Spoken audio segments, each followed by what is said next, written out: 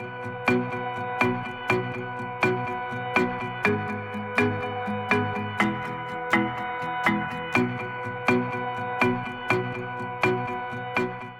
Edie Lush, Executive Editor of Hub Culture. Absolutely delighted to be here with Sarah Howard. How are you? Doing well. Good, excellent. So, Managing Director of the Global Philanthropy Forum. So, I'm interested in philanthropy at Davos. A lot of folks think, it's just billionaires, it's big companies. But you've spoken about how philanthropy needs to change for the 21st century. Why? And why that message here in Davos? Yeah, thank you for that question. So I've been thinking about philanthropy in terms of this next era that we're in, and getting to lead an organization that's celebrating 25 years this year, where we were an innovation at the turn of the last century. I think that was a moment where, coming out of global development in the 90s and seeing this growth in cross-border giving, like this sort of grew into a space that has become quite robust over the last 2.5 decades. And that was under a different operating system. And the last couple of years, we've seen so much change, so much shift across all systems, all sectors and spaces, that philanthropy is going to need to both respond to, but think about how to transform itself.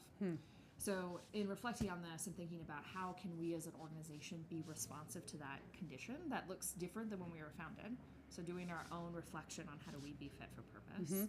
That's how we landed on this vision of philanthropy needing to be fit for purpose in the transformation era. And when I think about what is the transformation era, how would I define it, how would I understand it, I think about it in a framework of 3 tectonic plates that are reshaping the landscape of the future. And those are climate change, frontier tech, and the future of governance. And I use tectonic plates partly because I'm a Californian. It's in my DNA. Too. We're just, it's there. But I also think it captures sort of the sentiment or feeling of this time, which is this like instability, movement. And these 3 things are themselves dynamic, right? They're still in this moving phase, and they're hitting up against each other, creating additional dynamics and fault lines where I think both the crises and the opportunities lie. But additionally, these are spaces that a lot of funders work in. But we're saying these can't be funding areas. These are about how your entire portfolio will change based on the movement of these tectonic plates. So that inherently starts to break down this idea of like siloed approaches, and that you can like work on these issues in and of themselves, but they can't because they're colliding with each other, and in ways that we've never seen before. So we're looking at, well, what's the new operating system that's needed in this transformation era for philanthropy to deliver on its purpose? And ultimately that is for the love of humanity. And we're in this era of trying to figure out, like, what are the conditions necessary for human thriving? And philanthropy has a commitment to that.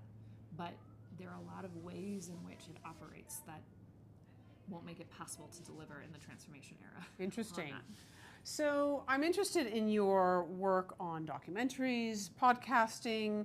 You've created spaces where people can listen to each other. And I wonder why that's important when it comes to philanthropy. Wow. Well, my first thought was, philanthropy is not necessarily very good at it. So it's a space of learning.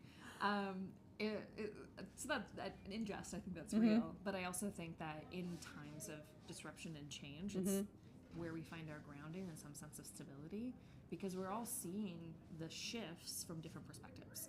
And in order to have the kind of adaptive, responsive, resilient sort of ecosystem that we need, listening is kind of the first step. Like how we're working together, information sharing, knowledge sharing, or just best practices is the only way we're going to be able to be somewhat coherent in that process. But also, it's about shifting for philanthropy, ideally, and this is ambitious, shifting some of the power dynamics of philanthropy, feeling like, or I'll step back a little bit and say funders at large, thinking they have the right solutions to the challenges right now, and most likely they don't. They probably have it most of the time. But particularly right now, it's those who are on the front lines who really know what's changing, what's coming, what's needed, And so having a partnership on that is critical. You have to start by listening to each Right. other. Interesting. So every industry every sector has an elephant in the room, something that everybody knows about, but nobody wants to talk about publicly. So I wonder what that is for philanthropy. What isn't it?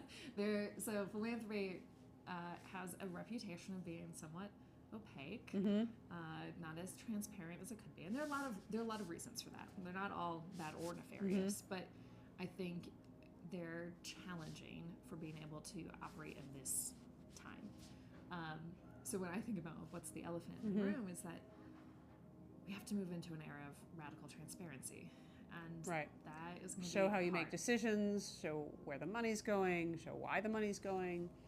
And I think part of that is going to be looking at some of the origin stories of philanthropy, how it's been structured, the way that it operates. And if we look historically, a lot of modern philanthropy right now is about like 130, 140 years old. So it's not that old, really, when you think about it.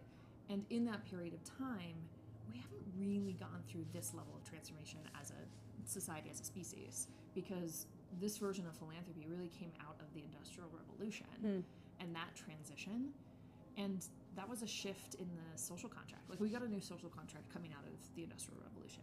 And one of the things we got out of that was modern philanthropy. Right. It was basically saying, you know what, this accumulation of wealth needs to give back. And we need to have structures and systems to align incentives in order to do that.